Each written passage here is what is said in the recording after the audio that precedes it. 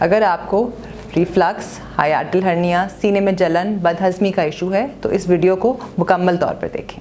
मरहम YouTube channel को subscribe करें और बेल के आइकन पर क्लिक करें।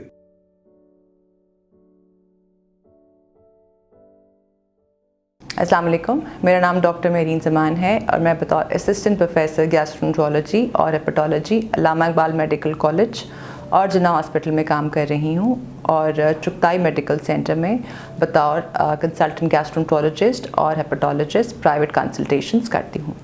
आज हम एक बहुत ही कॉमन टॉपिक के बारे में बात करेंगे, गैस्ट्रोएसोफेजियल रिफ्लक्स डिजीज़। ये क्या है, क्यों होती है, क्या साइंस एंड सिम्टम्स हैं, इसको कैसे अप्रोच किया जाए, क्या इन्वेस्टिगेशंस होनी चाहिए और इसकी क्या क्या ट्रीटमेंट ऑप्शंस हैं। हमारी खुराक की नाली और स्टमक यानी मैदे के दरमियान एक लोअर ईसोफेजियल स्फिंक्टर, एक जोड़ होता है जिसे LES कहते हैं, लोअर ईसोफेजियल स्फिंक्टर। किसी भी वजह से अगर वो स्फिंक्टर कमज़ोर हो जाए तो मैदे में मौजूद एसिड और फूड कंटेंट्स ऊपर की तरफ आना शुरू हो जाते हैं, जिसकी वजह से गैस्ट्रोएसोफेजियल रिफ्लक्स डिजीज़ के तमाम सिम्टम्स, सीने में जलन, बदहज़मी की शिकायत, खाने का जायका आना, ये सिम्टम्स आना शुरू हो जाते हैं। आम तौर पे ये LES, ये स्फिंक्टर बंद होता है जब भी फूड यानी खुराक की नाली से मैदे की तरफ जाती है, तो ये वक्ती तौर पे खुलता है, जिसके बाद ये फूड स्टमक में चला जाता है, मैदे में चला जाता है और LES और ये स्फिंक्टर बंद हो जाता है। जब वो बंद हो जाता है तो स्टमक में जो एसिड और फूड होता है वो ऊपर नहीं आता। जैसे कि मैंने पहले बताया, अगर ये वीक हो जाए तो एसिड और फूड ऊपर आना शुरू हो जाता है, जिसकी वजह से गैस्ट्रोएसोफेजियल रिफ्लक्स डिजीज़ के सारे सिम्टम्स आना शुरू हो जाते हैं। गैस्ट्रोएसोफेजियल रिफ्लक्स डिजीज़ की क्या क्या कॉजेज़ हैं? इसमें स्मोकिंग एक बहुत बड़ा कॉज है जिसकी वजह से रिफ्लक्स का प्रॉब्लम हो जाता है। इसके अलावा हाइएटल हर्निया, ये एक बहुत कॉमन कॉज है गैस्ट्रोएसोफेजियल रिफ्लक्स डिजीज़ का। हाइएटल हर्निया क्या होता है? अगर किसी वजह से स्टमक यानी मैदा ऊपर आना शुरू हो जाए, अपनी जगह से ऊपर आ जाए, तो उसको हाइएटल हर्निया कहते हैं। उसके ऊपर आने की वजह से LES कमज़ोर हो जाता है, लोअर ईसोफेजियल स्फिंक्टर जिसके बारे में हमने बात की, और रिफ्लक्स के सिम्टम्स आना शुरू हो जाते हैं। इसके अलावा अगर आपका वज़न ज़्यादा हो तो ये भी एक बहुत बड़ा रीज़न है गैस्ट्रोएसोफेजियल रिफ्लक्स डिजीज़ का। कुछ खाने की और पीने की चीज़ें भी ऐसी होती हैं जिनसे रिफ्लक्स के सिम्टम्स ज़्यादा हो जाते हैं, जैसे चॉकलेट का ज़्यादा इस्तेमाल, कॉफ़ी का ज़्यादा इस्तेमाल, अल्कोहल का इस्तेमाल और ऐसी खुराक जिसमें कोलेस्ट्रॉल, जिसमें फ़ैट बहुत ज़्यादा हो, उसके साथ भी रिफ्लक्स का प्रॉब्लम हो जाता है। इसके अलावा अगर आपकी ज़्यादा फ़िज़िकल एक्टिविटी नहीं है तो ये भी एक रीज़न है जिससे रिफ्लक्स का चांस ज़्यादा हो जाता है। कुछ दवाइयाँ भी ऐसी हैं जिनके इस्तेमाल से इसका रिस्क ज़्यादा होता है, जैसे पेन किलर्स का ज़्यादा इस्तेमाल और कुछ ब्लड प्रेशर की दवाइयाँ जिन्हें बीटा ब्लॉकर्स और कैल्शियम चैनल ब्लॉकर्स कहते हैं, उनके इस्तेमाल से भी LES वीक हो जाता है और रिफ्लक्स होने के चांसेस ज़्यादा हो जाते हैं। इसके अलावा कुछ लाइफस्टाइल हैबिट्स होती हैं, जैसे कि एक टाइम पे बहुत ज़्यादा खाना खाना या रात को लेट खाना, खाने के बाद फ़ौरन लेट जाना, ये सब लाइफस्टाइल हैबिट्स भी रिफ्लक्स के चांसेस को बढ़ाती हैं। गैस्ट्रोएसोफेजियल रिफ्लक्स डिजीज़ में क्या क्या सिम्टम्स आ सकते हैं?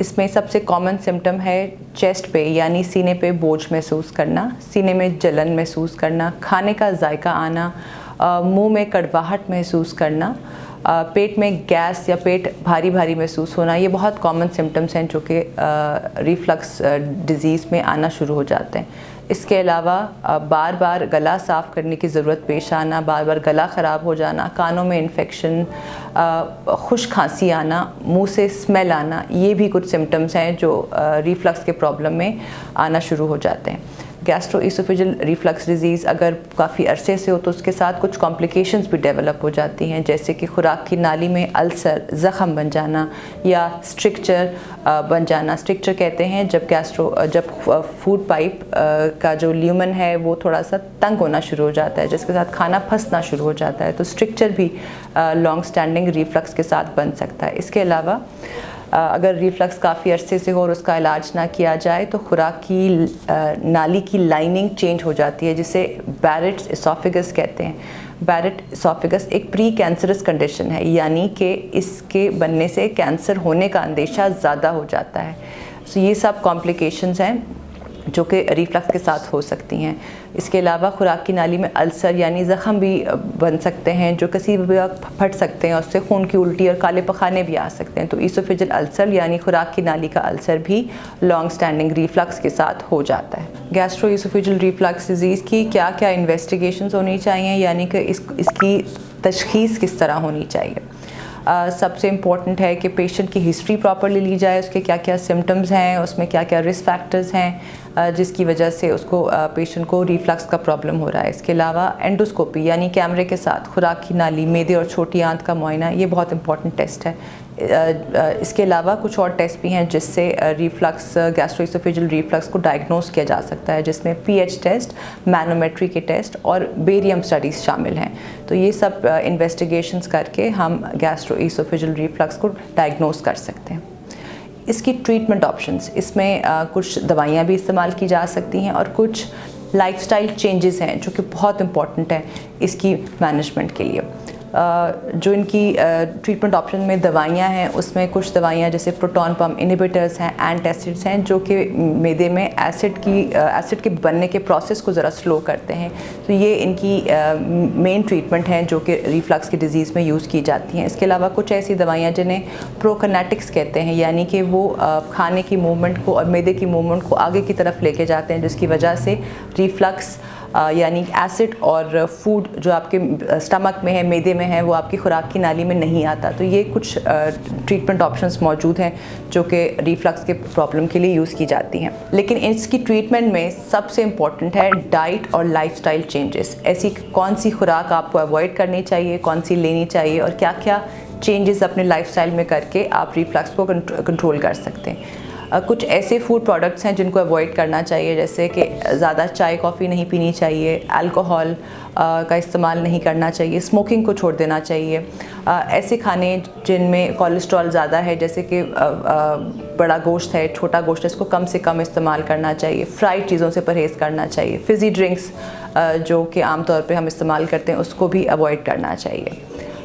खाने को च्यू बहुत स्लो करना चाहिए, स्लो खाना चाहिए। एक टाइम पे मील की क्वांटिटी को स्मॉल रखना चाहिए, यानी कि एक टाइम पे ज़्यादा खाना, पेट भर के खाना ना खाएं, हमेशा भूख छोड़ के खाएं।